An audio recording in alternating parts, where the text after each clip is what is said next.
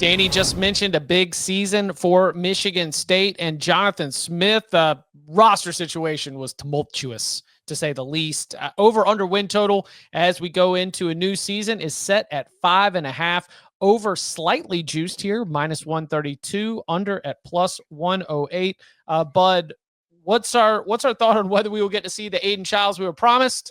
Or will we see the Spartans be able to take a step forward elsewhere? Because the roster issues were numerous beyond Aiden Childs' YOLO, whoopsie-daisy infused quarterback play.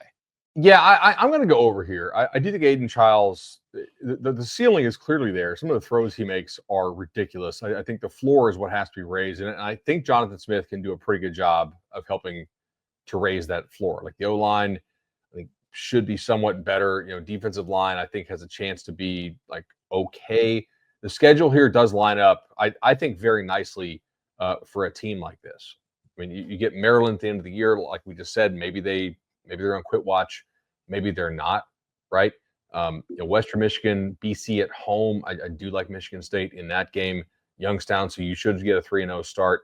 Now at USC, at Nebraska is pretty challenging, but I do think you can pull one of those, because I do think Childs kind of has that giant killer mentality to him. This middle stretch is certainly not easy, but guys, like, we're not trying to go 8-4 here. And I think if you take care of business in the ones that you should take care of business in, I do like Childs' upside here to be able to pull an upset or two to get us to this number.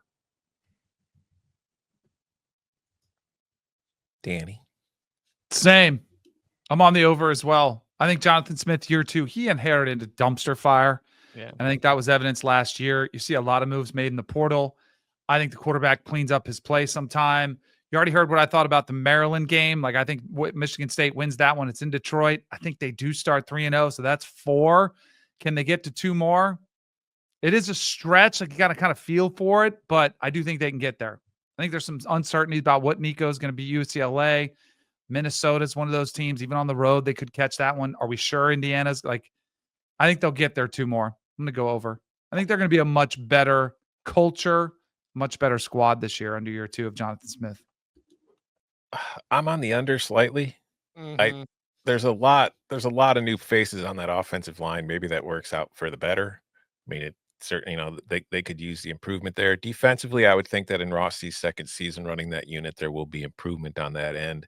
But to me, a lot of this does rely on Aiden Childs and just what you get from him, because there are so many what the F throws in a game with him last year that you just didn't understand what he was doing or where he was even trying to go with it. And then I look at the schedule, like Boston College in non-conference to me is a coin flip for Michigan State based on what I know about them and saw from Boston College last year. You look at the road slate, and a lot of their kind of coin flippy games that you would expect just team-wise, tier-wise, level-wise are on the road. USC, Nebraska, Indiana, Minnesota, Iowa. Like Penn State and Michigan coming to Michigan State hurts their ability to really impact their win total.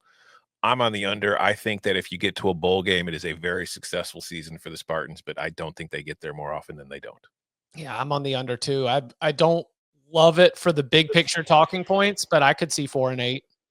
I'm with you. Like, I think that Boston College is a good football team. Dylan Lonergan, former Alabama players, obviously gets there, wins that job. I think the Eagles are going to be pretty good at USC, at Nebraska. I mean, the whole second half of the season, even until you get down to that last game against Maryland, I could see all of those games being losses for the Spartans, even if they are improved.